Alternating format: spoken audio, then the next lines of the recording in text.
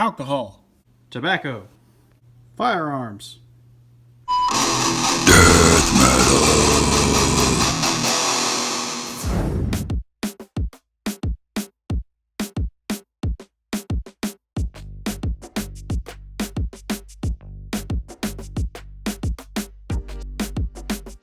Hey everybody, it's Luke with Figure Me Out, and today we've got the Pirate Deadpool from the new Deadpool wave of Marvel Legends. Taking a look at the packaging here, we've got the Deadpool logo on top, we've got Deadpool in there, little Pirate Deadpool on the side. I don't know if this is from any specific comic or not, I'm going to try to figure that out. But other Pirate Deadpool on that side. On the bottom, we've got some words and stuff, and on the top, I think I already showed you, it's the Deadpool logo. Let's go ahead and crack this thing open, and we'll take a closer look. And here he is out of the packaging. Talking about the accessories, the first thing we get is this little pirate gun. That's pretty well done. It's nice brown that it's cast in with the silver over it.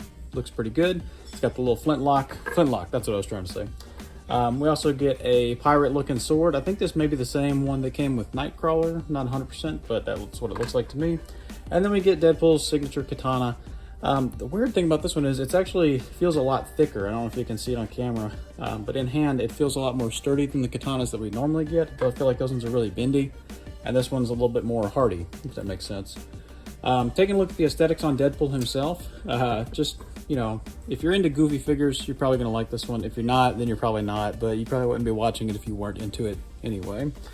Unless you're just hoping that it would be a debacle, which, go ahead and turn it off, it's not. It's a pretty good figure.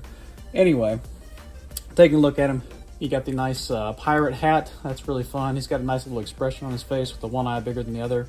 He's got like a Johnny Depp looking, you know, Jack Sparrow headband going across there, so that's pretty fun. I really like the gold. The gold is painted pretty clean on mine, so that looks good. The cape is removable. You can take that off. He's got two little holsters back here. He's got kind of like a little Santa dress, which, you know, it's Deadpool, so I guess it's got to be red. It's kind of goofy looking. Definitely puts off a little bit of a Santa vibe there at the bottom. Not a huge deal.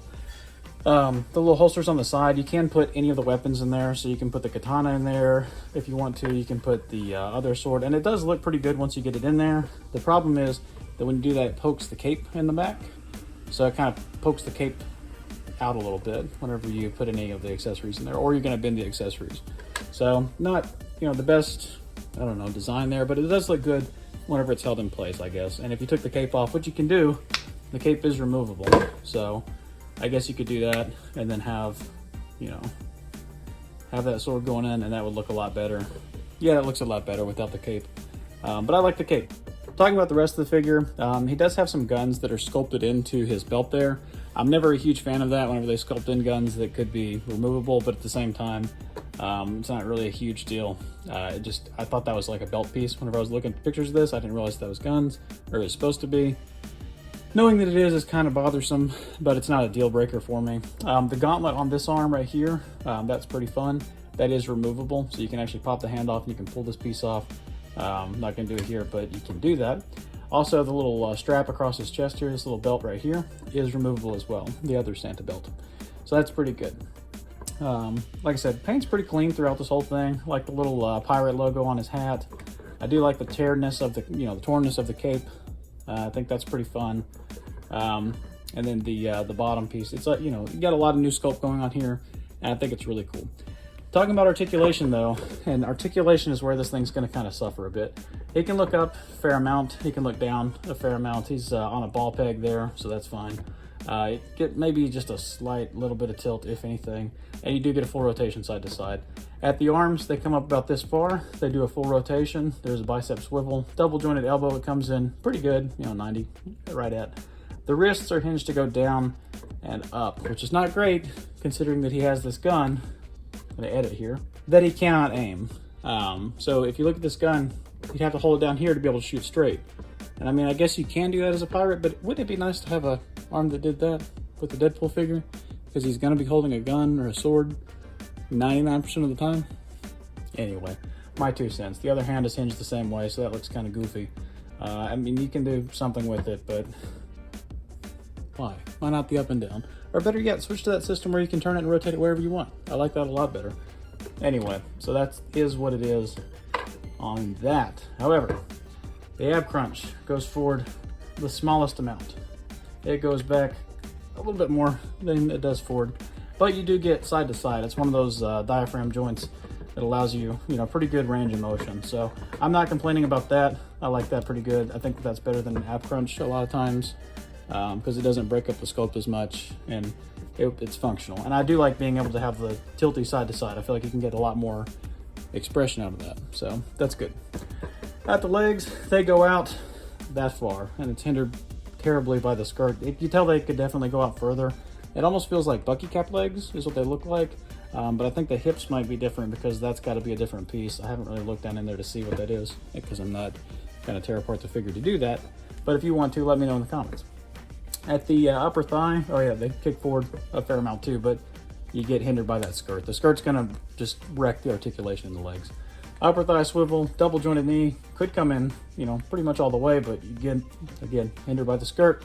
There's a boot rotation, which is fine. And then the ankles hinge down, up, and there is a crazy forward-facing ankle rocker pivot. If you've made it this far, I'm going to assume that you're a Deadpool fan and that you want to see how he stacks up against some other Deadpool.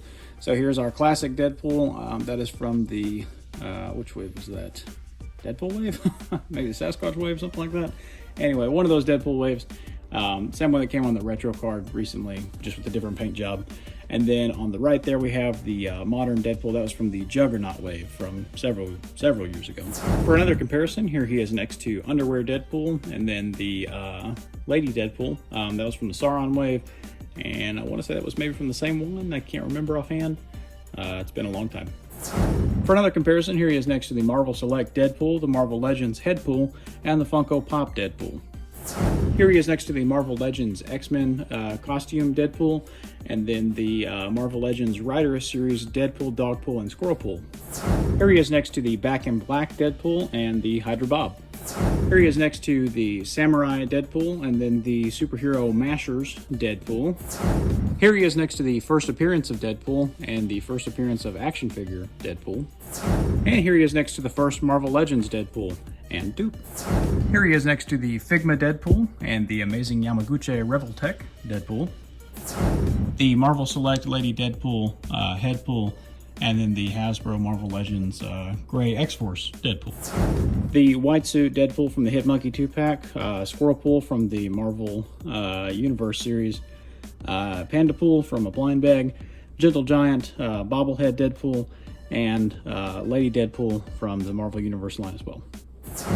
And here's all the different variations from that Marvel original Deadpool that Hasbro was doing, I think. Got gray, blue, and then red as well. Had to zoom out a bit for this one, but here he is next to the NECA quarter scale Deadpool. So that's it. That's the new Marvel Legends Pirate Deadpool. What'd you guys think? Overall, I think it's a pretty fun figure. You can switch out that head, I'm sure, with other Deadpools, and it'd be, really fun to have a little pirate hat on him sometimes, or you can just leave him like this and have him sailing his own ship, Either way, it's going to be great. It's a fun, goofy figure. If you like Deadpool, if you like goofy figures, you're probably going to like it. If you take yourself more seriously, then first off, why are you in this hobby? Second off, probably pass up on it. If you're, if you just think, oh, Deadpool's flooding the market, I don't really like Deadpool, like, fine, don't get it. That's cool. You do need it to build Strong Guy. Strong Guy's a pretty cool build-a-figure, but, do what you want.